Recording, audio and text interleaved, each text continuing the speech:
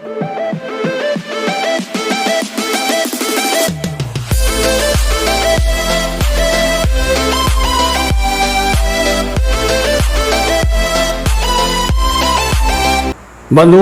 आज का जो विषय है वह है नैतिकता, स्पिरिचुअल मोरालिटी और सिंपल मोरालिटी।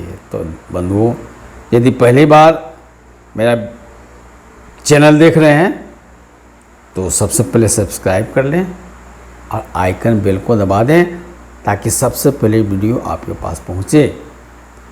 हाँ दोस्तों, वीडियो कैसा लगा कमेंट अवश्य करें और अच्छा लगे तो अधिक से अधिक शेयर करें और लाइक करें। नमस्कार बंधुओं,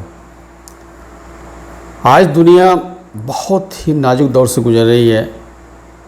जिधर देखो उधर ही भ्रष्टाचार, हिंसा का बोलबाला है, मार काट पूरी दुनिया में फैला हुआ है, अशांति ही अशांति है।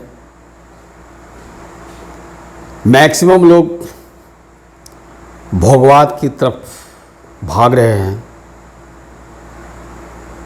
तरह तरह की बीमारियों में जकड़ते जा रहे हैं। बंधुओं, इसके गहराई में अगर हम झांक करके देखते हैं, चिंतन करते हैं, मंथन करते हैं तो पाते हैं कि इन सारी जो मुसीबतें हैं इनका जो जड़ है वो है नैतिकता का अभाव। नैतिकता के अभाव रहने के कारण मनुष्य अपना जो मूल उद्देश्य है उस उद्देश्य से भटक करके ये जो मायावी दुनिया है, ये जो भौतिकता है, उसके पीछे भाग रहा है। एक समझदार मनुष्य को पता है कि ये जो भौतिक चीज़ें हैं उसमें मनुष्य के जो मानसिक सुख है, जो मानसिक दुख है, मेंटल क्लेश, मानसिक क्लेश और जो स्पिरिचुअल आध्यात्मिक क्लेश है, आध्यात्मिक भूख है, वो मिटने वाले नहीं है क्योंकि सारे के सारे नश्वर हैं।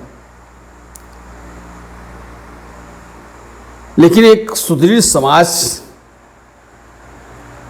में रहकर ही प्रत्येक व्यक्ति का कल्याण हो सकता है। प्रत्येक व्यक्ति का जो परम लक्ष्य है आनंद घन सत्ता की प्राप्ति, वो मिल सकता है। किंतु सुदृढ़ समाज की स्थापना तभी हो सकती है जब मोरालिटी पर विशेष ध्यान दी जाए। नैतिकता के अभाव में ये पॉसिबल नहीं है। दोस्तों, आज मैं कतिपय उदाहरणों के साथ नैतिकता के बारे में प्रकाश डालूंगा, मंथन करूंगा, चर्चा करूंगा। देखिए, जीवन वेद के रचयिता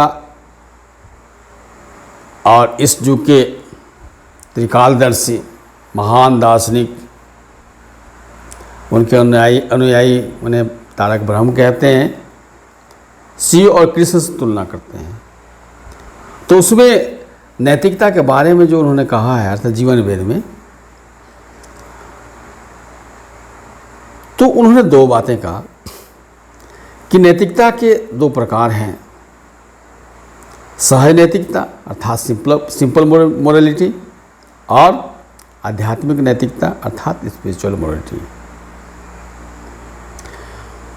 तो जब कभी भी नैतिकता की बात अक्सर इस आधुनिक युग में होती है तो स्पिरिचुअल मोरालिटी की बात लोग नहीं करते हैं, नहीं के बराबर करते हैं, सिंपल मोरालिटी की बात करते हैं। और ये सिंपल मोरालिटी है ना, सारे दुखों का जड़ सिंपल मोरालिटी है। जैसे जो नैतिकता के जो मूल तत्व है वो है सत्य, अहिंसा, अस्तेय, ब्रह्मचर्य, अपरिग्रह, 5 जिसको यम कहा जाता है। अब 5 नियम है, शौच, संतोष, तपह, स्वाध्याय, ईश्वर प्रणिधान। तो जब 5 5 10 हैं, 10 कि अगर हम सिंपल जो अर्थ है, सामान्य अर्थ है, उसके अनुसार व्याख्या किया जाए तो उस रास्ते पर चलने वाले आधुनिक युग के सबसे जो महापुरुष भारतवर्ष के, वो है महात्मा गांधी। वो सिंपल मोरालिटी के पुजारी थे। दोस्तों, हम जानते हैं कि महात्मा गांधी के सत्य अहिंसा का उन्होंने जो प्रतिपादन किया या उसका जो उन्होंने एक्सप्लेन किया, विश्लेषण किया, उस रास्ते पर चलने के लिए कोशिश किया और लोगों को चलने के लिए संदेश दिया, उसका बुरा परिणाम क्या हुआ वो तो हम सभी देख रहे हैं। आज भी भारतवर्ष, यहाँ से अंग्रेज जरूर चले गए मगर अंग्रेजियत बरकरार है। कश्मीर की जो ज्वलंत समस्या है वो सिंपल मोरालिटी का ही देन है। ये जो धर्म के आधार पर, मजहब के आधार पर जो भारत का विभाजन हुआ, सिंपल मोरालिटी का है। बंधुओं, दुश्मन अगर हम पर जानलेवा हमला करे और वहाँ पर हम अहिंसा के पाठ उसको पढ़ाने का कोशिश करें या खुद ही अहिंसा का पालन करें कि भाई अगर हम अपने दुश्मन पर हथियार उठाते हैं, उसको मारते हैं या उसका सामना करते हैं उसी के भाषा में, तो उसको नुकसान हो जाएगा, अर्थात हिंसा हो जाएगा। तो स्वाभाविक है कि हमारा जो अस्तित्व है वही समाप्त हो जाएगा। तो महात्मा गांधी ने अहिंसा के दम पर जो भारत को आज़ाद कराने की कोशिश किया, वो जो है से अंग्रेज़ों के लिए वरदान साबित हुआ। उसी अहिंसा के आड़ में लाखों हिंदुस्तानियों को जो आज़ादी के राह पर आगे चल रहे थे, उनकी हत्या की गई।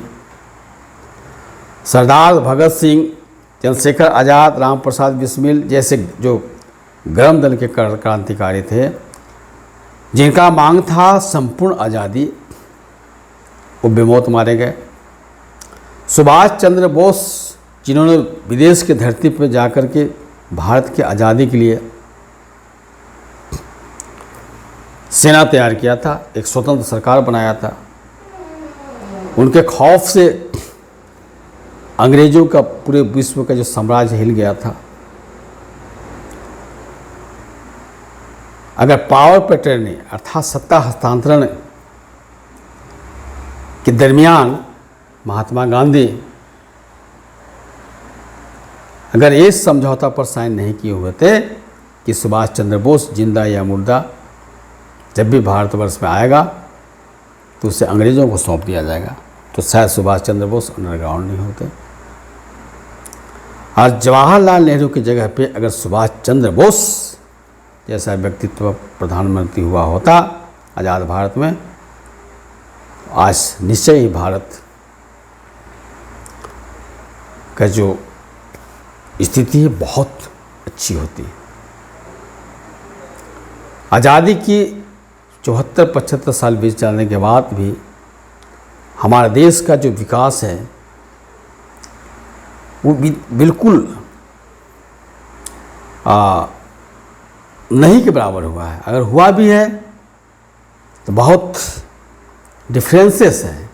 एक तरफ कुछ लोग के पास अरबों की संपत्ति है तो मैक्सिमम लोग के पास खाने का बढ़िया से भोजन नहीं है, छत नहीं है। तो ये तो बंधुओं, ये जो आधुनिक काल में जो सिंपल मोरालिटी का पालन करने का परिणाम हुआ। एक्चुअली श्री श्याममूर्ति जी कहते हैं जीवन वेद में कि जनहित में जो है जो कदम उठाए जाते हैं, भले ही किसी की हत्या ही क्यों नहीं करनी पड़े, भले ही झूठ ही क्यों नहीं बोलना पड़े, ये जनहित में बोला गया झूठ, जनहित में की गई हिंसा, ये स्पिरिचुअल मोरालिटी के अंतर्गत आता है।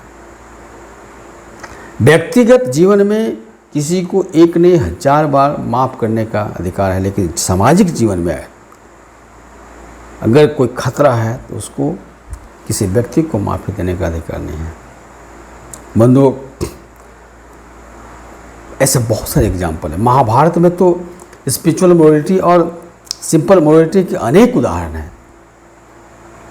बंधुओं, आप जानते हैं कि भीष्म पितामह अगर चाहते तो महाभारत काल में कौरवों के द्वारा जितने भी अत्याचार किए गए वो नहीं होता, लेकिन वो एकमात्र प्रतिज्ञाबद्ध थे कि दिल्ली के हस्तिनापुर के तख्त पर जो भी बैठेगा, चाहे अच्छा हो या बुरा हो, वो उनकी रक्षा करेंगे। यही कारण है कि जनमान धृतराष्ट्र, जिसका सोच, जिसका विवेक मरा हुआ था, और उसी का परिणाम था कौरव अति दुर्योधन, भीष्म पितामह की नज़र के सामने अन्याय होता रहा। हद तो तब हो गई जब द्रौपदी का चिरहरण होता रहा और मूक दर्शक देखते रहे, कुछ नहीं कर पाए। यह सिंपल मोरालिटी का परिणाम, जिसका अंतिम जो कारण हुआ द्रौपदी का चिरहरण, और द्रौपदी ने संकल्प लिया, महाभारत चरम सीमा तक पहुंच गया। अब सवाल है कि ये जो द्रोणाचार्य हैं, कृपाचार्य हैं, भीष्म पितामह हैं, कर्ण है, एक से एक महारथी थे। उनके सामने पांडव कुछ भी नहीं थे। तो इनको रहते हुए महाभारत का जो धर्मयुद्ध था, अन्याय के विरुद्ध में जो युद्ध चल रहा था, उसको जितना मुश्किल था, इन्हें रास्ते से हटाना था। अब जो सहज तरीका है, उस तरीका से हटाना मुश्किल था। आप देखे होंगे पग पग पर कर्ण की भी हत्या किया गया था, भगवान कृष्ण ने वहाँ पर भी छल किया। भीष्म पितामह की हत्या में भी छल किया गया, और खुद भगवान कृष्ण ने किया। द्रोणाचार्य की भी हत्या में छल किया गया, अश्वत्थामा की भी हत्या में छल किया गया। तो अगर सिंपल मोरालिटी के तहत देखा जाए तो कहा जा सकता है कि भगवान कृष्ण ने अनैतिकता का पालन किया, लेकिन अधर्म को परास्त करने के लिए, अन्याय को परास्त करने के लिए वहाँ पे छल बल अकल की आवश्यकता थी, क्योंकि बिना छल के इनको रास्ते से हटाना मुश्किल था। तो धर्म के रक्षार्थ, समाज हित में, जन कल्याण के लिए भगवान कृष्ण ने वहाँ पे अनैतिकता का पालन किया, असत्य बोला, असत्य काम किया, हिंसा का काम किया। उद्देश्य क्या था? धर्म की रक्षा। उद्देश्य क्या था? जन कल्याण। तो ये है स्पिरिचुअल मोरालिटी। तो बंधुओं, इससे साफ जाहिर होता है कि व्यवहारिक जगत में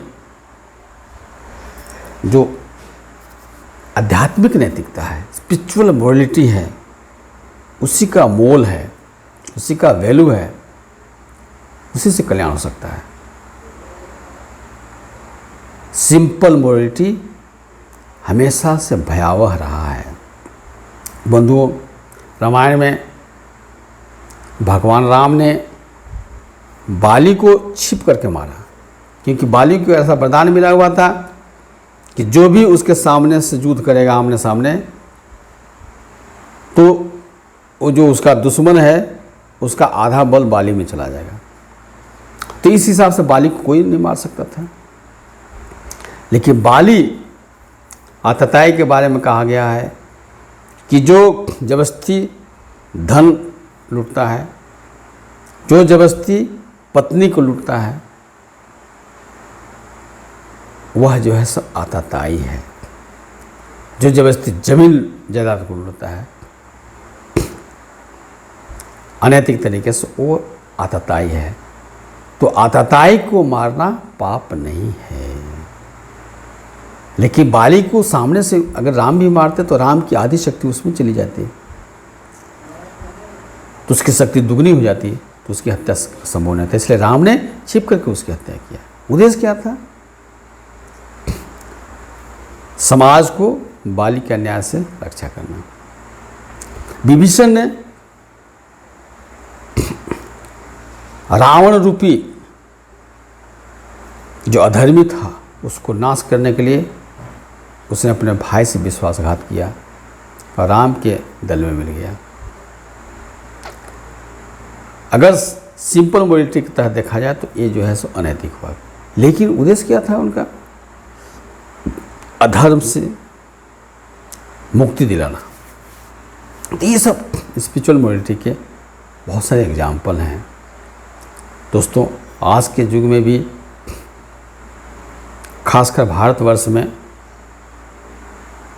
वर्तमान जो सरकार है नरेंद्र मोदी का, बाकी सारे मामले में फेल्योर मैं मान सकता हूँ, लेकिन कश्मीर की समस्या को समाधान करने के लिए जो उन्होंने नीति अपनाया,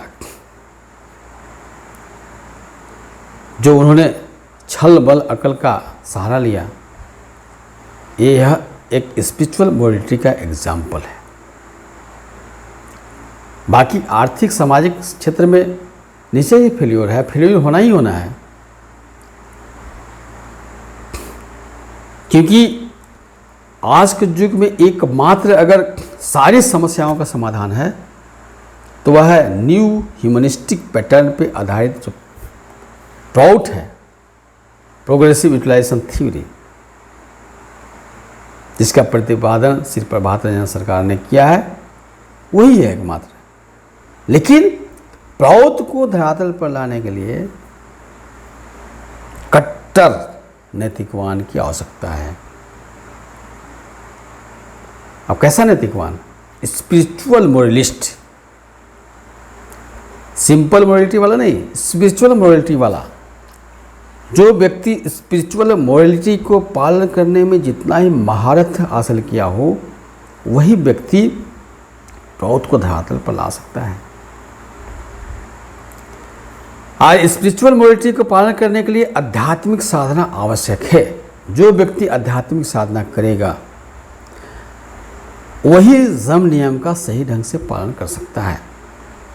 हालांकि यम नियम जो है सो आध्यात्मिक साधना का आधार भूमि है, किंतु आध्यात्मिक साधना और यम नियम दोनों का अन्योन्याश्रय संबंध है। कोई सोचेगा कि हम केवल यम नियम का पालन कर लेंगे तब साधना करेंगे, या कोई सोचेगा कि हम साधना करेंगे तो यम नियम का पालन स्वतः हो जाएगा, ये नहीं चलेगा। यम नियम का पालन करने का आपको कोशिश भी करना होगा, उसके लिए स्वाध्याय करना होगा, सत्संग करना होगा और साधना भी करनी होगी। तो इस तरह के व्यक्तित्व के धनी व्यक्ति ही जो है प्रौत को धरातल पर उतार सकता है। बंधुओं, मैं दावे के साथ कहता हूँ, पूरे फक्र के साथ, मैं बचपन से अभी तक आनंद मार्ग और प्रौत के बारे में जो कुछ भी अध्ययन किया, मैं ये नहीं कहता हूँ कि मैं संपूर्ण किताब पढ़ लिया, लेकिन जितना कुछ हमने अध्ययन किया है, मैं अल्टीमेटली अंततः इसी निष्कर्ष पर आया हूँ कि एक उच्च कोटि का आध्यात्मिक साधक, मगर 4 घंटे 5 घंटे 10 घंटे आंख मूंदने वाला नहीं है, जो अपने ईगो, अपने अहम को त्याग करके अपने गुरु पर ब्लाइंडली फेथ करके साधना करता है, वही व्यक्ति रियल में एक नंबर का प्रौटिस्ट है। हम देख रहे हैं कि कई लोग बहुत अच्छे से साधक हैं, मगर प्रौत के मामले में कन्फ्यूज्ड हैं। उनको विश्वास ही नहीं होता है कि प्रौत के भी धरातल पर आएगा, क्योंकि प्रौत जो है उसमें 99% जो है स्पिरिचुअलिटी है, आदर्श उसमें लगा हुआ। आदर्शवान व्यक्ति ही प्रोटेस्ट हो सकता है। अप्रोच का पूरा कंसेप्ट ही कोऑपरेटिव पर आधारित है। कोऑपरेटिव के माध्यम से ही सारी समस्याओं का समाधान। कोऑपरेटिव मतलब सब लोग मिल करके हर क्षेत्र में, चाहे एजुकेशन के क्षेत्र में या आर्थिक व्यवस्था के क्षेत्र में हो या प्रशासनिक व्यवस्था के क्षेत्र में हो, सारी व्यवस्थाओं में प्रोत कहता है कि कोऑपरेटिव सहकारिता। सहकारिता का जो मेन है वो है मोरालिटी। कौन सा मोरालिटी? Spiritual morality. बंधुओं, लास्ट में मेरा आह्वान ये है कि अगर इस दुनिया में जो हाहाकार मचा हुआ है, मार काट हिंसा दुनिया में फैला हुआ है, शांति फैली हुई है, मनुष्य जानवर से भी बदतर हो गया है, इसको ठीक ठाक करना है तो प्रत्येक व्यक्ति को स्पिरिचुअल मोरालिटी का पालन करना होगा, अर्थात जमनियम भी और आध्यात्मिक साधना भी करनी होगी।